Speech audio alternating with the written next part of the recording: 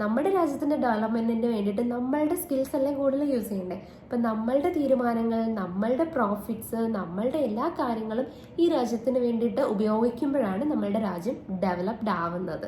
So അതിനെല്ലാം നമുക്ക് അത്യാവശ്യമായിട്ട് വേണ്ട ഒരു ടൂളാണ് പൊളിറ്റിക്കൽ അവയർനെസ് എന്ന് പറയുന്നത്.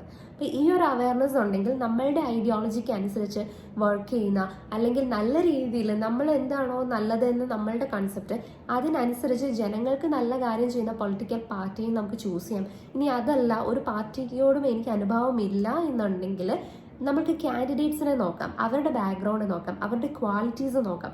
അവർ വന്നു കഴിഞ്ഞാൽ എന്തൊക്കെ ചേഞ്ചസ്, എന്തൊക്കെ ഡെവലപ്മെന്റ്സ് ഉണ്ടാവും എന്ന് നോക്കി അവർക്ക് വേണ്ടി നമുക്ക് വോട്ട് ചെയ്യാം. വോട്ടിംഗ് എന്ന് പറഞ്ഞാൽ ശരിക്കും നമ്മളുടെ ഡെമോക്രസിയിൽ നമ്മളുടെ ഒരു ഇൻവോൾവ്മെന്റ് ഉറപ്പാക്കുന്ന ഏറ്റവും വലിയ ടൂളാണ്.